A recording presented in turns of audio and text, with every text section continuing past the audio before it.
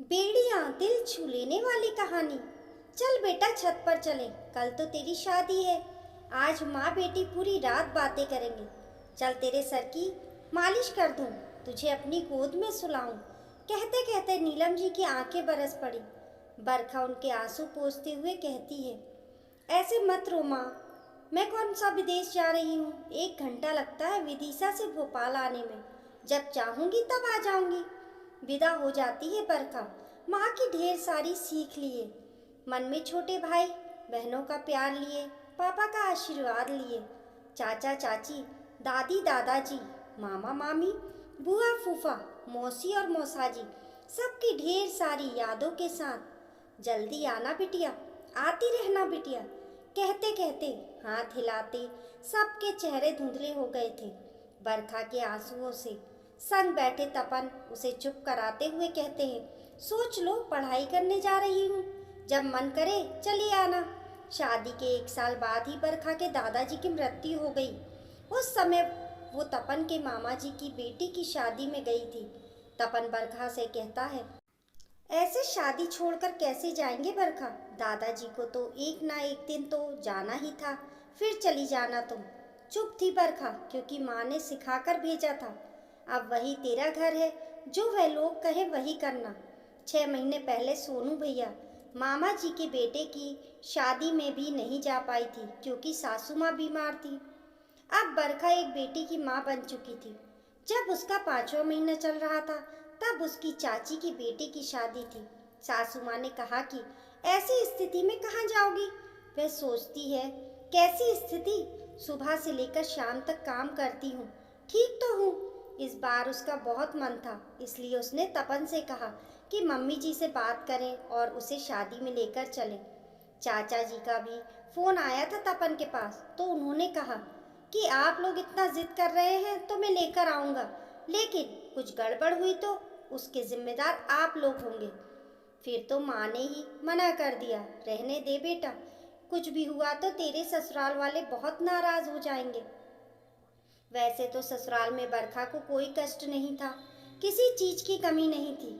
फिर भी उसे लगता था कि जैसे उसे जिम्मेदारियों का मुकुट पहना दिया गया हो। उसके आने से पहले भी तो लोग बीमार पड़ते होंगे, तो कैसे संभलता था सब। उसके आने से पहले भी तो उनके घर में शादी विवाह पड़ते होंगे, तो आज अगर वह किसी समारोह में ना जाकर अपने मायके के कार्यक्रम में चली जाए तो क्या गलत हो जाएगा। दिन बीत रहे थे, कभी 4 दिन, कभी 8 दिन के लिए वह अपने मायके जाती थी और बुझे मन से लौट आती थी। बरखा की ननंद की शादी फिक्स हो गई थी। उन दोनों का रिश्ता बहनों या दोस्तों जैसा है। अपनी ननंद की वजह से ही उसे ससुराल में कभी अकेलापन नहीं लगा। ननंद की शादी होने से बरखा जितनी खुश थी उतनी ही उदास भी थी। उसके बिना ससुराल की कल्पना भी उसके आंखों में आंसू भर देती थी।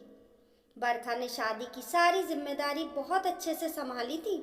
उसको दूसरा बच्चा होने वाला था, 4थे महीने की प्रेगनेंसी है, फिर भी वह घर का हर काम कर लेती है।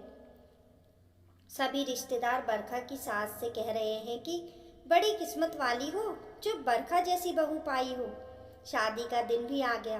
आज बरखा के आंसू रुक नहीं रहे थे। दोनों ननंद भाभी एक दूसरे को पकड़कर रो रही थी। तभी वर्षा की सास उसे समझाते हुए कहती है कि ऐसे मत रो बेटा, कोई विदेश थोड़ी न जा रही हो, जब चाहे तब आ जाना। तब बरखा की ननंद कहती है, नहीं माँ, जब दिल चाहे तब नहीं आ पाऊंगी। वह पूछती है, ऐसा क्यों कह रही हो बेटा, माँ के पास क्यों नहीं आओगी तुम।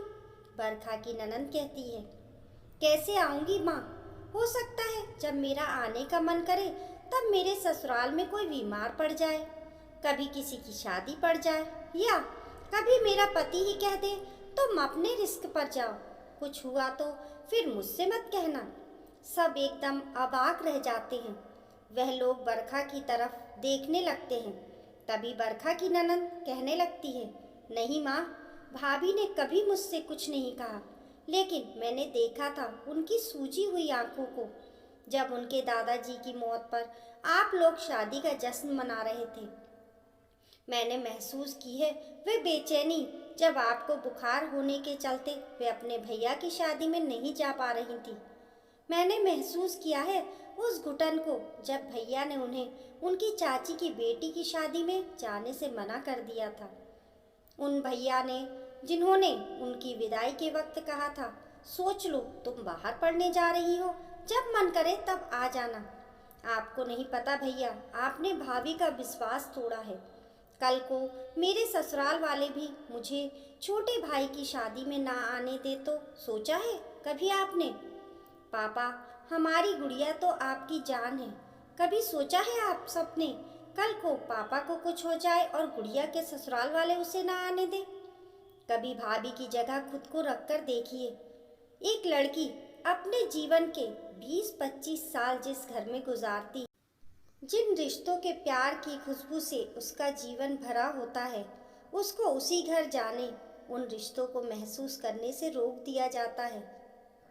मुझे माफ़ कर दीजिए भाभी, मैं आपके लिए कुछ नहीं कर पाई।